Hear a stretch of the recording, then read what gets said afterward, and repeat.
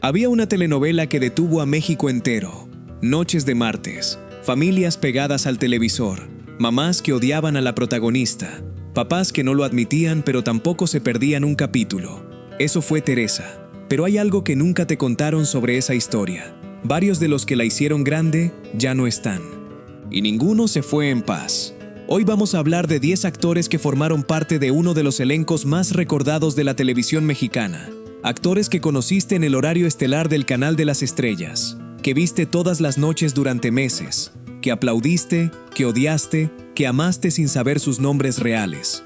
10 actores de Teresa 1989 que ya fallecieron. Algunos lo sabías, otros te van a sorprender. Y uno, ya lo verás, se fue de una manera que nadie esperaba. Este es el homenaje que la televisión nunca les hizo. Agosto de 1989. México era otro país. No había internet, no había redes sociales. No había forma de ver un capítulo que te habías perdido. Lo que había era un televisor en la sala, y a las 9 de la noche, toda la familia reunida frente a él. Teresa arrancó un 7 de agosto en el horario de las 7, pero fue tan grande, tan escandalosa, tan imposible de ignorar, que Televisa la movió al horario estelar de las 9, el lugar donde vivían los grandes melodramas mexicanos. 125 capítulos, un elenco de primeros actores que llevaba décadas trabajando en cine, teatro y televisión, y una protagonista de 23 años que el propio vicepresidente de Televisa no quería en el papel. Esa protagonista se llamaba Salma Hayek. Y hoy no vamos a hablar de ella, hoy vamos a hablar de los que estuvieron a su lado, de los que construyeron esa historia con ella, de los que cuando las cámaras se apagaron para siempre, siguieron viviendo, algunos con dignidad, otros con dolor, y todos, absolutamente todos, en un silencio que México no merecía. Quedémonos con 3 nombres antes de arrancar: Claudio Brook, Héctor Gómez, Margarita Isabel. Recuérdalos, porque cuando termines este video no los vas a olvidar jamás. 1. Claudio Brook, Don Fabián. El siguiente nombre es de alguien que México conoció desde los años 50. Un hombre que trabajó con Luis Buñuel, que ganó 2 premios Ariel, que tuvo una huella en el Paseo de las Luminarias, el equivalente mexicano del Paseo de la Fama de Hollywood. Un hombre que cuando cayó, cayó solo, y su familia siguió cayendo después de él. Su nombre real era Claude Sidney Brook Marnat.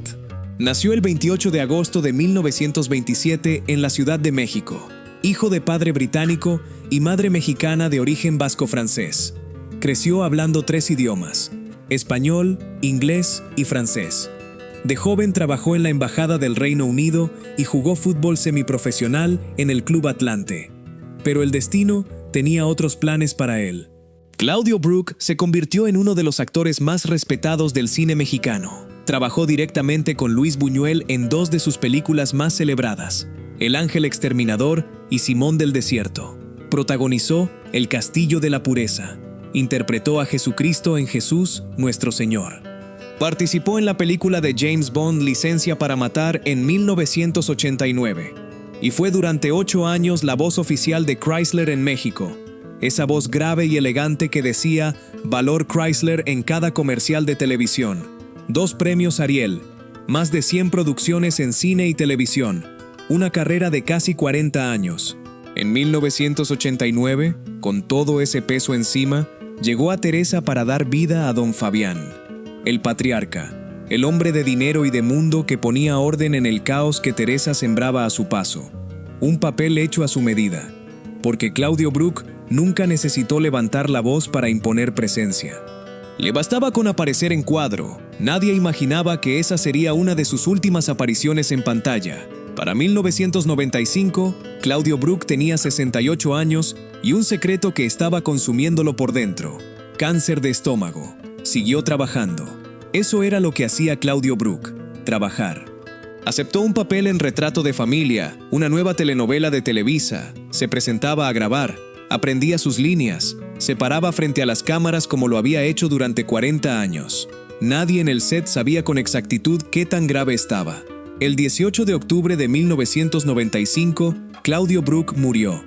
68 años, cáncer de estómago. En la Ciudad de México, dejó su personaje inconcluso. Las grabaciones de Retrato de Familia tuvieron que reescribirse para explicar su ausencia en pantalla. el equipo de producción quedó paralizado, porque una cosa es perder a un actor y otra cosa es perder a Claudio Brook. Pero la historia no terminó ahí. En su velorio ocurrió algo que nadie olvidó jamás. Sus dos exesposas y su viuda hicieron guardia al ataúd al mismo tiempo. Las tres, simultáneamente, sin escenas, sin gritos, sin drama. Las tres mujeres que lo habían amado en distintos momentos de su vida, despidiéndolo juntas. Hay algo en esa imagen que lo dice todo sobre el tipo de hombre que fue. Y 9 años después, en 2004, su hijo Gabriel, de apenas 24 años, murió al arrojarse desde un 4º piso. La tragedia no terminó con Claudio Brook, solo comenzó. Claudio Brook fue de esos actores que México daba por sentado. Siempre estaba. Siempre era bueno. Siempre ponía el nivel. Tenía una huella en el Paseo de las Luminarias y 2 premios Ariel. Había trabajado con Buñuel. Había sido la voz de toda una generación. Y se fue a los 68 años, con el cuerpo roto, mientras todavía intentaba terminar una telenovela. La historia del siguiente actor es diferente, pero igual de difícil de olvidar. 2. Héctor Gómez, Manuel Molina. El siguiente hombre nació en Torreón, Coahuila, en 1934. Antes de cumplir 15 años, ya estaba actuando en teatro infantil. A los 24, debutó en la primera telenovela mexicana que existió en la historia de este país. La primera.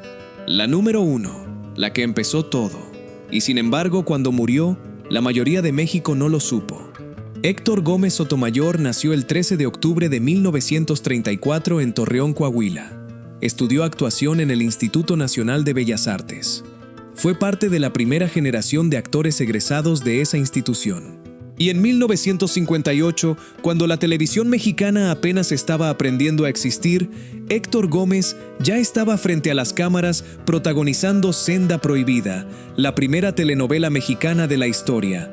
Piénsalo un momento, cuando México vio su primera telenovela, Héctor Gómez estaba ahí.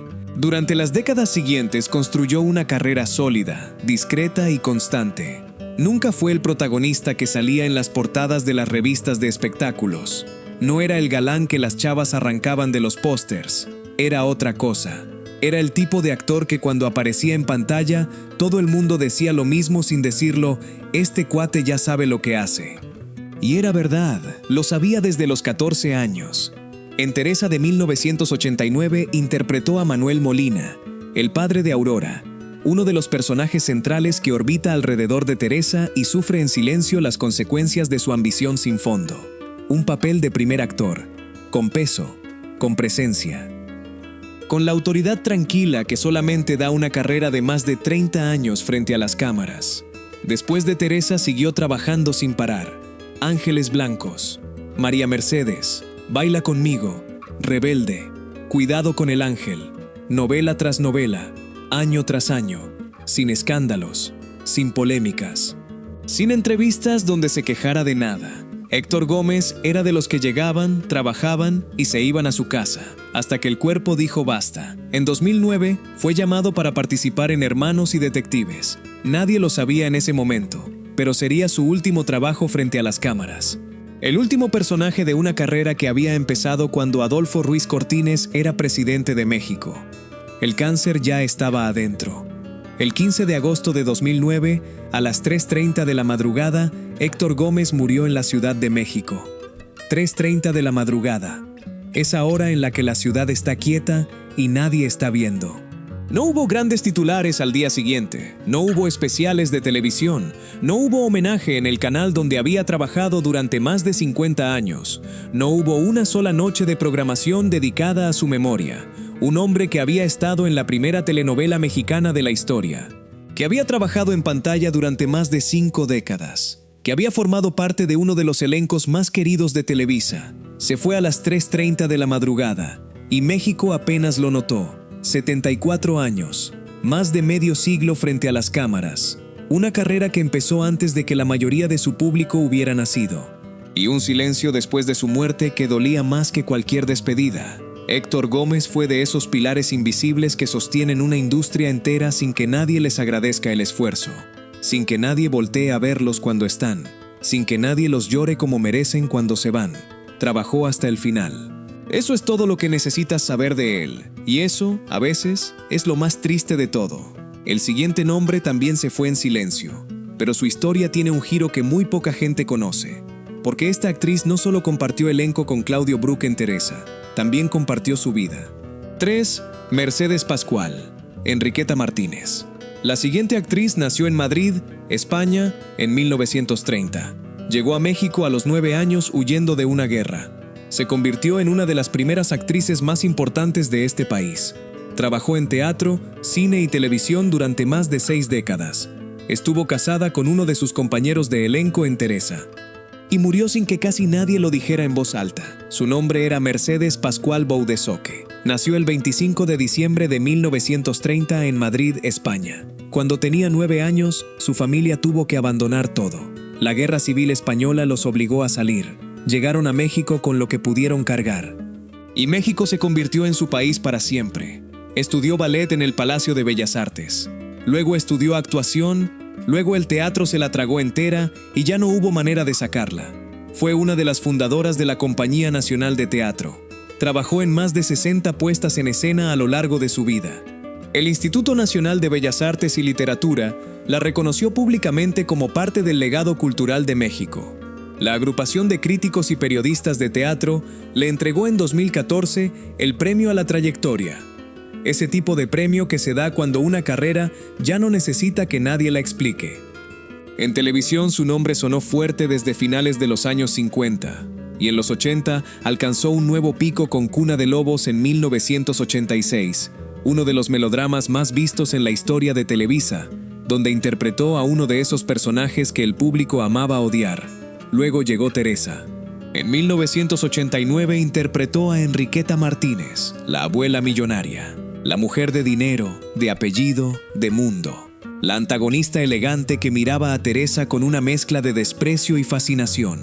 El tipo de papel que solo puede hacer alguien que lleva décadas aprendiendo a actuar con los ojos, con las manos, con la postura. Mercedes Pascual lo hacía con los ojos cerrados. Y hay un dato que muy poca gente sabe. Antes de Teresa, Mercedes Pascual había estado casada con Claudio Brook, su compañero de elenco en esa misma telenovela, el hombre del que acabamos de hablar. El hombre que murió de cáncer de estómago en 1995 mientras grababa otra telenovela. 2 exesposos en un mismo set. 2 historias que se habían cruzado en la vida real antes de cruzarse en la pantalla. La industria del espectáculo mexicana es, a veces, un pañuelo muy pequeño. Y hay algo más. Cuando Claudio Brook murió en 1995, Mercedes Pascual fue una de las personas que estuvo presente en su velorio, junto a su otra exesposa, junto a la viuda. Las 3 mujeres que lo habían amado, haciendo guardia al mismo tiempo. Mercedes Pascual estuvo ahí. Eso dice algo de ella que ningún premio puede resumir. Después de Teresa siguió trabajando. Se fue a TV Azteca en los 90, donde participó en Chiquititas y otras producciones.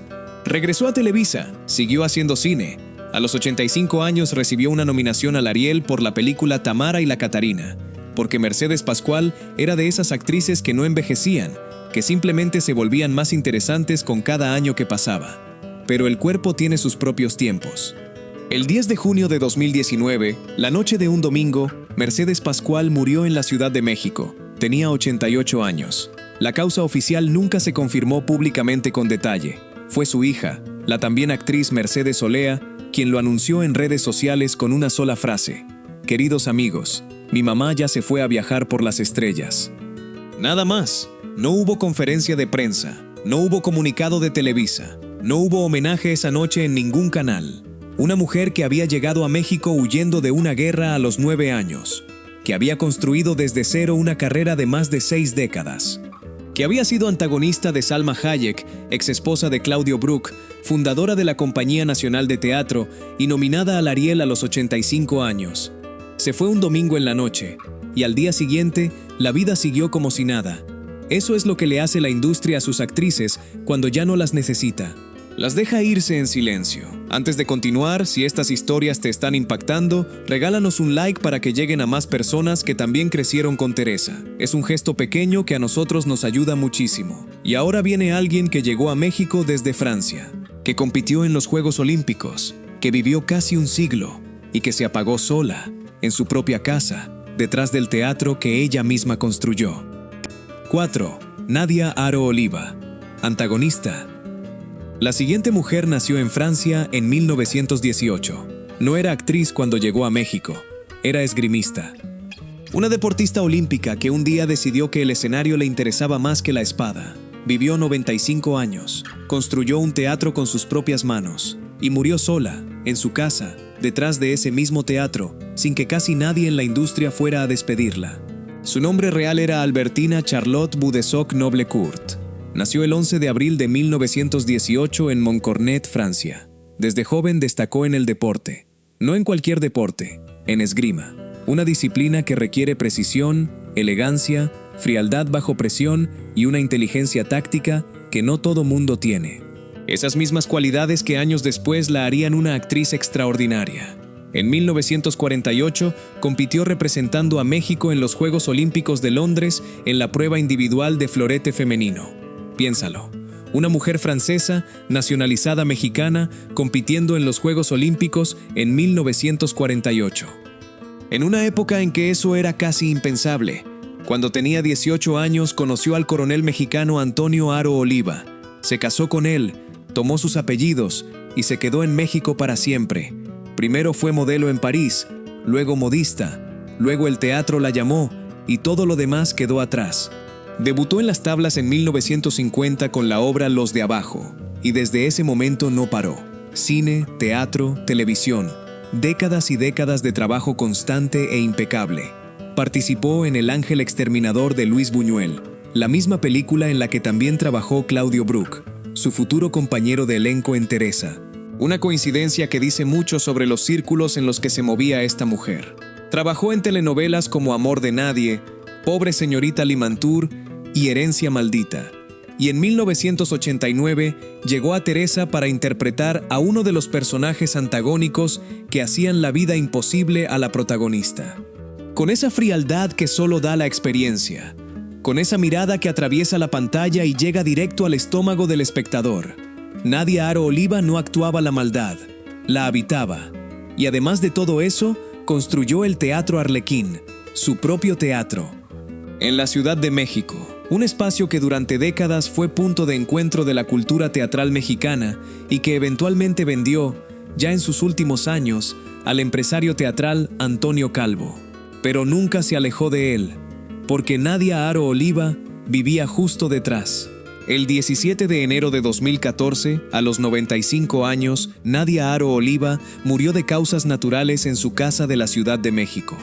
En su casa, la que estaba localizada a espaldas del Teatro Arlequín, el teatro que ella había construido. No murió en un hospital, no murió rodeada de médicos y máquinas. Murió donde había vivido, rodeada de lo que había construido con sus propias manos a lo largo de casi un siglo de vida. 95 años, olímpica, actriz, productora, dueña de teatro, antagonista de lujo en la telenovela más recordada de 1989. La Asociación Nacional de Actores confirmó su muerte. Silvia Pinal, que en ese momento era secretaria general del gremio, lamentó públicamente su partida y pidió que se le dieran todos los apoyos necesarios a la familia para los servicios funerarios. Una sola declaración, y después, silencio. 95 años de vida, casi 70 de carrera artística.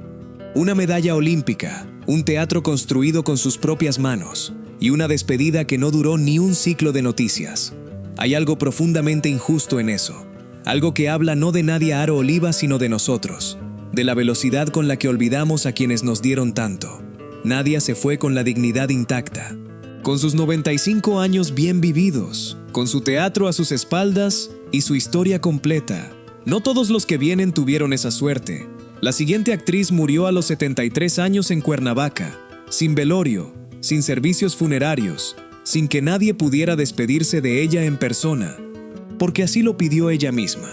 Y esa decisión, cuando la conoces, lo dice todo sobre quién fue. 5. Margarita Isabel. Rita. La siguiente actriz nació en la Ciudad de México el 25 de julio de 1943. No fue solo actriz, fue periodista, activista política, maestra, directora escénica, luchadora social. Una mujer que el 2 de octubre de 1968 estaba en la Plaza de las Tres Culturas en Tlatelolco cuando el gobierno mexicano abrió fuego contra los estudiantes. y que sobrevivió para contarlo. Una mujer así no muere en silencio, pero casi. Su nombre completo era Margarita Isabel Morales González. Creció en la Ciudad de México en una época en que el cine mexicano todavía era el más importante de América Latina. Estudió actuación desde joven con el célebre maestro Seki Sano, el mismo que formó a generaciones enteras de actores mexicanos que después dominarían las pantallas del país. Debutó en las tablas del Palacio de Bellas Artes interpretando a Titania en Sueño de una noche de verano de Shakespeare. Esa es la clase de debut que no se olvida. Titania, en Bellas Artes, con dirección de José Solé. Desde el primer momento quedó claro que Margarita Isabel no había llegado a ocupar un espacio sino a llenarlo por completo. Su carrera en cine fue extraordinaria. Trabajó con los directores más importantes del cine mexicano e internacional. Con Alfonso Arau en Como agua para chocolate, la película mexicana más taquillera de la historia hasta ese momento. Ganadora del Ariel a Mejor Actriz de Cuadro en 1992. Con María Novaro en Danzón y con Guillermo del Toro en Cronos, la película que lanzó al director de Guadalajara al reconocimiento internacional. 3 películas, 3 directores que cambiaron el cine mexicano, y Margarita Isabel estuvo en las 3. En Teresa de 1989 interpretó a Rita, uno de esos personajes secundarios que en manos de una actriz menor hubieran pasado desapercibidos. Pero en manos de Margarita Isabel, cada escena tenía textura, tenía historia, tenía esa densidad que solo viene de alguien que ha vivido de verdad, que ha estado en una plaza un 2 de octubre y ha visto cosas que no se pueden olvidar. Elena Poniatowska recogió su testimonio de aquella noche del 68 en su libro sobre la masacre de Tlatelolco. Margarita Isabel fue testigo de uno de los momentos más oscuros de la historia moderna de México, y siguió viviendo, y siguió actuando, y siguió luchando. Eso era Margarita Isabel, una mujer que no se dobló ante nada. Después de Teresa, continuó trabajando en telenovelas como Cuna de Lobos, La Madrastra, Amarte es mi pecado y Soy tu dueña en 2010, su última participación en televisión. Los últimos años de su vida los pasó retirada en Cuernavaca, Morelos. Lejos del ruido de la Ciudad de México, dedicada a la escritura y a la jardinería, a las cosas simples que la industria del espectáculo nunca tiene tiempo de enseñarte a valorar. Pero el cuerpo tenía sus propios planes. El enfisema pulmonar es una enfermedad que se instala despacio, que va robando el aire poco a poco, que convierte cada respiración en un esfuerzo. Para una mujer que había llenado escenarios con su voz, que había gritado consignas en plazas públicas, que había proyectado su presencia hasta el último rincón de cada sala de cine, perder el aliento debió de haber sido una forma particularmente cruel de apagarse. El 9 de abril de 2017, Margarita Isabel murió en el Hospital Center de Cuernavaca, Morelos. Tenía 73 años y había dejado instrucciones muy claras sobre lo que debía pasar después. Sin velorio, sin servicios funerarios, sin que la gente hiciera fila para verla en un ataúd. Fue cremada el mismo día de su muerte, por respeto a su propia voluntad. Su hijo, el también actor Mario Iván Martínez, lo confirmó con una sola declaración a los medios. No hubo servicios funerarios. Fue cremada ayer, como ella lo quiso, y ahora está conmigo. 4 palabras que lo dicen todo. Una mujer que había sobrevivido Tlatelolco, que había actuado con Guillermo del Toro, que había ganado el Ariel, que había llenado el Palacio de Bellas Artes, que había recogido su historia en los libros de Elena Poniatowska. Decidió irse sin que nadie la viera partir. Porque Margarita Isabel había pasado toda su vida mirando de frente las cosas más difíciles. La muerte no iba a ser la excepción. Hay algo en esa decisión que es completamente coherente con quien fue. Una mujer de izquierda, una activista, una artista que nunca confundió la fama con el valor real de las cosas. Se fue como vivió, en sus propios términos. Y eso, aunque duela, es una forma hermosa y morbosa de cerrar una historia. El siguiente nombre de esta lista también se fue dejando una pregunta sin respuesta, porque hubo algo en su partida que la industria nunca explicó del todo, algo que sus compañeros sabían, pero que muy pocos se atrevieron a decir en voz alta. 6. Alfredo Sevilla, Don Demetrio. El siguiente nombre es de uno de esos actores que México reconocía de inmediato, pero del que muy pocos sabían el nombre. Una de esas caras que llevan décadas apareciendo en la pantalla, que están en todas las telenovelas, en todas las épocas, en todos los géneros. Que cuando aparecen, el espectador exhala sin saber por qué. porque algo en ese rostro le dice que la escena está en buenas manos. Alfredo Sevilla fue uno de esos actores. Construyó su carrera en la oscuridad más generosa que existe en la industria, la del actor de reparto que nunca falla, no el protagonista, no el que sale en las revistas, el que llega al set preparado, hace su trabajo mejor que nadie y se va a su casa sin hacer ruido. En Teresa de 1989 interpretó a uno de los personajes adultos del universo de la historia, esos roles que anclan la narrativa, que le dan peso y credibilidad a los conflictos de los protagonistas más jóvenes. El tipo de papel que en manos equivocadas desaparece, en las suyas se quedaba grabado. Después de Teresa siguió trabajando, año tras año, producción tras producción, telenovela tras telenovela. Así era Alfredo Sevilla, constante, callado, presente. El 4 de enero de 2012, Alfredo Sevilla murió en México. Sin grandes titulares, sin homenajes especiales, sin que la industria se detuviera ni un solo momento para reconocer lo que había perdido. Un actor que había pasado décadas construyendo un legado escena por escena, personaje por personaje, que había estado en Teresa cuando Teresa era la novela más vista del país, que había compartido set con Claudio Brook, con Héctor Gómez, con Mercedes Pascual, con Margarita Isabel, todos los que en esta lista han ido cayendo uno a uno en silencio. Se fue el 4 de enero, y México siguió su marcha como si nada hubiera cambiado. Eso es lo que le pasa a los actores que nunca pidieron reflectores, que cuando se van, el reflector que nunca tuvieron tampoco se enciende para despedirlos. Pero no todo en esta lista es muerte tranquila y silencio. El siguiente hombre que vamos a mencionar sigue vivo, sigue aquí. Pero lo que le pasó después de Teresa es una historia que muy poca gente conoce. Una historia de ruina, de alcohol, de desesperación y de una noche de enero de 2004 en la que decidió que ya no quería seguir y que por poco no llegó a contarlo. 7. Miguel Pizarro, Raúl Solórzano. El siguiente hombre nació el 8 de agosto de 1960 en Córdoba, Veracruz. No murió, pero estuvo a punto. Y eso, a veces, es una historia más oscura que la muerte misma. Miguel Pizarro llegó a Teresa en 1989, siendo ya un nombre conocido en Televisa. Un año antes, había protagonizado Pasión y Poder, y esa actuación le había ganado el premio TV y Novelas a la mejor revelación masculina de 1989, el galán joven. El que venía subiendo, el que todo el mundo estaba viendo crecer. En Teresa interpretó a Raúl Solórzano, el millonario neurótico y con tendencias suicidas que queda obsesionado con Teresa. Un papel incómodo, oscuro, que exigía meterse en la piel de alguien al borde del colapso emocional. Miguel Pizarro lo hizo con una precisión que erizaba la piel. Nadie sabía entonces que ese personaje al borde del abismo terminaría siendo una especie de espejo de lo que le esperaba a él mismo. Porque al terminar Teresa, Miguel Pizarro siguió. Amor de nadie.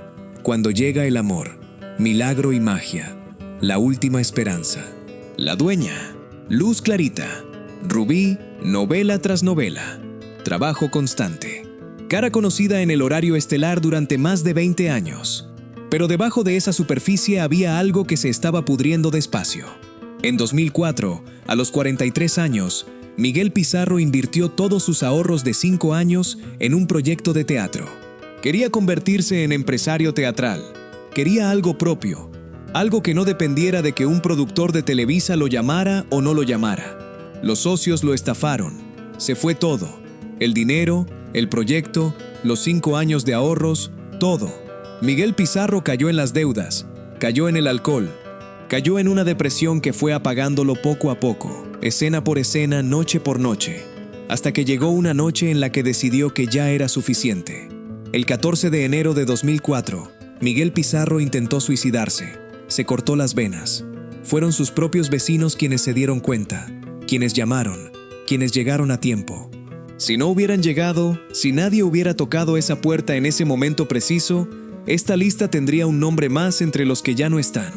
Cuando despertó y vio los mensajes, las cadenas de oración, las llamadas, las personas preguntando por él, el hombre que había interpretado al millonario neurótico de Teresa, el galán de los 90, el premio TV y Novelas, todo eso que había sido y que en ese momento sentía que ya no era, se arrepintió. Lo dijo en conferencia de prensa, con una honestidad que muy pocos actores mexicanos se han atrevido a tener. Agradezco de todo corazón a todos aquellos que se han preocupado por mí. A mis amigos solo les puedo decir que lo siento. La industria no lo abandonó del todo. El productor José Alberto Castro lo llamó poco después para darle un papel en Rubí, una de las telenovelas más exitosas de los 2000. Y Miguel Pizarro respondió, volvió, se paró frente a las cámaras otra vez. Porque eso es lo que hacen los actores cuando no tienen nada más. Actúan. Hoy, en 2026, Miguel Pizarro tiene 65 años. Vive en Córdoba, Veracruz, donde dirige su propia escuela de teatro, alejado del ruido de la capital, alejado de Televisa, enseñando a otros lo que él aprendió a golpes, a fracasos, a noches que estuvo a punto de no sobrevivir. No está en esta lista porque haya muerto, está porque su historia merece ser contada, porque detrás de cada galán de telenovela hay un hombre de carne y hueso que nadie ve cuando se apagan los reflectores. Y a veces, ese hombre llega a un punto en el que los reflectores que alguna vez tuvo pesan más de lo que puede cargar. Si en este momento estás pasando por algo difícil, si la oscuridad te parece más grande que la salida, por favor habla con alguien. En México puedes llamar al Zaptel 55 52 59 81 21, disponible las 24 horas. No estás solo. Y ahora seguimos, porque quedan 3 nombres más en esta lista. Y uno de ellos, el último, es el que nadie esperaba encontrar aquí. 8. David Ostrowski, Willy. El siguiente nombre es el más reciente de toda esta lista. Su muerte no fue hace décadas, fue hace apenas 3 años. Y todavía duele en la memoria reciente de México. David Ostrowski Winograd nació el 1 de diciembre de 1956 en la Ciudad de México. Hijo de madre polaca y padre ruso, sus padres habían llegado a México huyendo de persecuciones políticas en Europa. Empezó en la actuación casi por accidente, dirigía una puesta de teatro y un actor faltó, así que él mismo subió al escenario para suplirlo. Nunca más se bajó. Debutó en televisión en 1984 con Principesa. Y a partir de ahí construyó una de las carreras de villano más sólidas y queridas de la televisión mexicana. Porque eso era David Ostrowski, el actor que México amaba odiar. El antagonista perfecto. El que con una sola mirada le sacaba al público un «qué corajudo» desde el sillón de su casa. En 1989 llegó a Teresa para interpretar a Willy, uno de los personajes del entorno cercano a la trama, parte de ese elenco coral que sostenía cada subtrama con precisión. Compartió set con Salma Hayek, con Claudio Brook, con Héctor Gómez, con Mercedes Pascual. Y después de Teresa, su carrera explotó. Trabajó con Thalía en María Mercedes en 1992 y en María la del Barrio en 1995, 2 de las telenovelas más exportadas de la historia de Televisa, vistas en decenas de países. Participó en Como agua para chocolate, la película mexicana más exitosa de su generación. Décadas después, en 2018, sorprendió a una nueva generación interpretando al Dr. Salomón Cohen en La Casa de las Flores de Netflix, demostrando que un actor de su talla podía reinventarse en cualquier época. 40 años de carrera ininterrumpida. Y entonces llegó el dolor. Empezó como un malestar en el brazo. Los médicos al principio pensaron que era estrés. Después pensaron que era la columna, hasta que un especialista insistió en una resonancia magnética. Era un tumor. David Ostrowski tuvo que abandonar abruptamente la telenovela Vencer la ausencia en 2022, algo que jamás había hecho en 40 años de carrera. Él mismo lo dijo con una frase que partió el corazón de quienes lo escucharon. En la historia de toda mi trayectoria no he faltado jamás a un llamado, hasta el día que ya no podía ni moverme. En marzo de 2023, los médicos tomaron una decisión desesperada para frenar el avance del cáncer. Le amputaron un brazo. David Ostrowski agradeció que el tumor estuviera ahí y no en un órgano vital, pero el cáncer ya se había instalado más profundo de lo que cualquiera quería admitir.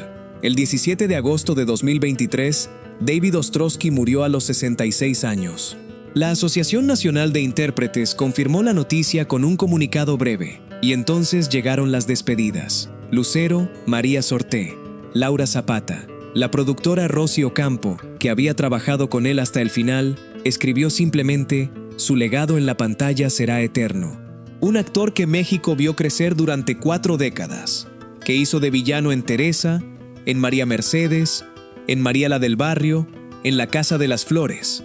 que perdió un brazo intentando ganarle tiempo a la enfermedad, que jamás había faltado a un llamado hasta que el cuerpo, literalmente, ya no se lo permitió. Se fue en agosto de 2023. Y a diferencia de varios de los nombres anteriores en esta lista, su partida sí llenó portadas, sí generó homenajes, sí hizo que México se detuviera, aunque fuera por un día, a recordar al villano que tanto amó odiar. Tal vez porque su muerte fue reciente. Tal vez porque las redes sociales ya existían para amplificar el duelo colectivo que en los 90 simplemente no tenía dónde manifestarse. O tal vez porque, finalmente, alguien de esta lista sí recibió la despedida que merecía. Ya conocías esta historia probablemente. Pero quédate porque quedan 2 nombres más. Y el último de todos es el que absolutamente nadie espera encontrar en esta lista. Quédate hasta el final. Vale la pena. El siguiente nombre te va a sorprender, porque seguramente conoces su voz mucho mejor de lo que conoces su rostro. Amparo Garrido Arosamena nació el 17 de octubre de 1929 en la Ciudad de México. A los 7 años ya estaba actuando en la compañía teatral de su abuelo. A los 12 debutó en la radionovela Misterios de Ultratumba. Desde niña, su vida estuvo destinada a los escenarios y a los micrófonos. Y aquí viene el dato que probablemente no sabías. Amparo Garrido fue la voz oficial en español de Blancanieves, la primera princesa de Disney en la historia del cine. La voz que varias generaciones de mexicanos escucharon cantar "Algún día mi príncipe vendrá", en la versión doblada de Blancanieves y los 7 enanos. Su voz también está en Dumbo, en Bambi, en La Dama y el Vagabundo. Si creciste en México viendo clásicos de Disney doblados al español, escuchaste a Amparo Garrido sin saberlo. Pero su carrera no se quedó solo en el doblaje. Construyó una trayectoria sólida en cine, teatro y televisión que abarcó casi 8 décadas. Participó en Pasión y Poder, Dos mujeres, un camino, Locura de amor, Cuidado con el ángel. Y en 1989 llegó a Teresa para interpretar a Mariana, un personaje que, como casi todos los suyos, aportaba esa calidez y esa autoridad que solo da una vida entera dedicada a la actuación. Su vida personal también estuvo marcada por la pérdida temprana. Se casó con el actor de doblaje Ismael Larumbe Reimers, con quien tuvo 4 hijos. 3 de ellos siguieron sus pasos en el mundo del doblaje. Pero su esposo murió en 1975, dejándola viuda con una familia que sacar adelante. Lo hizo sin detenerse jamás. En 1991 cofundó la Asociación Rafael Banquels, una organización dedicada a apoyar a artistas de la tercera edad, una causa profundamente personal para alguien que sabía exactamente lo que significaba envejecer en una industria que no siempre cuida a los suyos. Fue mejor amiga durante décadas de Silvia Pinal, otra leyenda absoluta del espectáculo mexicano. Amparo Garrido vivió 95 años. El 9 de enero de 2025 murió en la Ciudad de México. Su hijo, el también actor de doblaje Ismael Eduardo Larumbe, lo anunció con una frase desgarradora. Acaba de fallecer mi adorada madre Amparo Garrido, la mejor mujer y madre que Dios me haya permitido conocer. Mi vida se va con ella. La Asociación Nacional de Actores emitió un comunicado oficial. Las redes sociales se llenaron de condolencias. La industria, esta vez, sí se detuvo a reconocer a una de sus pioneras. 95 años de vida, casi 90 de carrera. La voz de una princesa de Disney que acompañó a generaciones enteras de niños mexicanos sin que la mayoría supiera jamás su nombre. Eso es lo que le pasa a las grandes voces detrás de cámara. Lo dan todo. Y rara vez reciben el reconocimiento mientras están aquí para verlo. Y ahora llegamos al último nombre de esta lista. El que prometimos al principio del video. El que nadie esperaba encontrar aquí. Quédate, porque esta despedida ocurrió hace muy poco tiempo y todavía duele en la memoria fresca de la comunidad teatral mexicana. Marta Aura, Balbina. Y aquí está, el nombre que prometimos al principio. El que probablemente no esperabas encontrar en esta lista. Marta Aura nació en la Ciudad de México en 1939, hija de Olimpo Aura Pineda y Emma Palacios Ordorica. Su hermano fue el poeta y actor Alejandro Aura y su sobrina, la también actriz María Aura. El arte corría en esa familia como corre la sangre. Se formó en la Escuela Nacional de Arte Teatral del Imbal e inició su carrera en 1959 en el legendario Teatro La Capilla. 60 años de carrera ininterrumpida.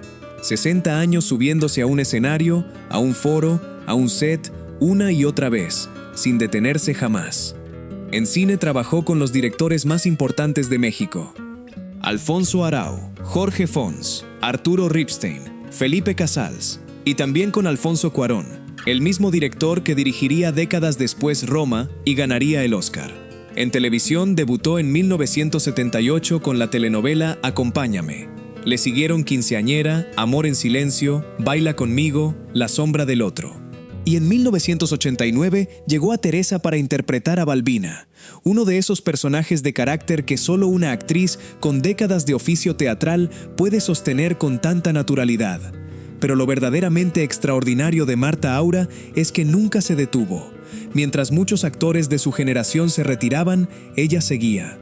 En 2012 entró a formar parte del elenco estable de la Compañía Nacional de Teatro. En 2019 fue reconocida como actriz de número, uno de los honores más altos que puede recibir un intérprete en México. Presentó durante 12 años consecutivos el monólogo La Mujer Rota.